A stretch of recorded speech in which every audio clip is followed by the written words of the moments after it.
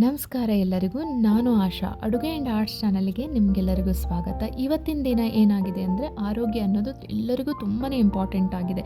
ಮಕ್ಕಳಿರ್ಬೋದು, ದೊಡ್ಡವರಿರ್ಬೋದು, ಯಾವುದೇ ಏಜ್ ಅನ್ನೋದಿಲ್ಲ.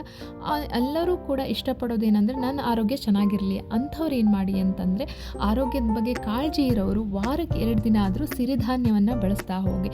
ಊಟದಲ್ಲಿ ಈ ರೀತಿಯಾಗಿ ಸಿರಿಧಾನ್ಯದಿಂದ ಅಡುಗೆ ಮಾಡಿಕೊಂಡು ನೀವು ತಿಂತಾ ಹೋದರೆ ನಿಮ್ಮ ಆರೋಗ್ಯ ಕೂಡ ಸುಧಾರಿಸುತ್ತೆ. ಹೆಸರಲ್ಲೇ ಇದೆ ಸಿರಿಧಾನ್ಯ ಅಂತ ಹೇಳ್ಕೊಂಡು.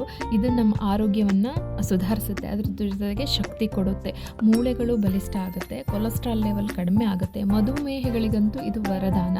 ಇನ್ನು ತೂಕ ಇಳಿಸ್ಬೇಕು ಅನ್ನೋರು ಕೂಡ ಇದನ್ನು ಸೇವಿಸ್ಬೋದು.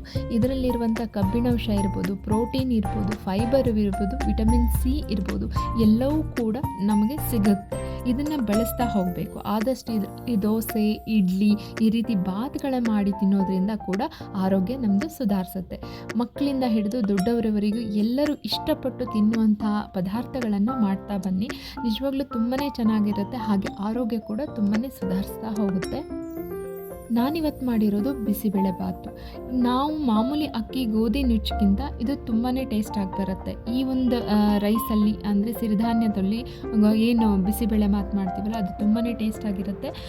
ಸರ್ವ್ ಮಾಡಬೇಕಾದ್ರೆ 1 ಸ್ಪೂನ್ ಅಥವಾ ಅರ್ಧ ಸ್ಪೂನಷ್ಟು ತುಪ್ಪ ಹಾಕಿಬಿಟ್ಟು ಕೊಟ್ಬಿಡಿ. ಮಕ್ಕಳಿಗೆ ತುಂಬಾ ಇಷ್ಟಪಟ್ಟು ತಿಂತಾರೆ.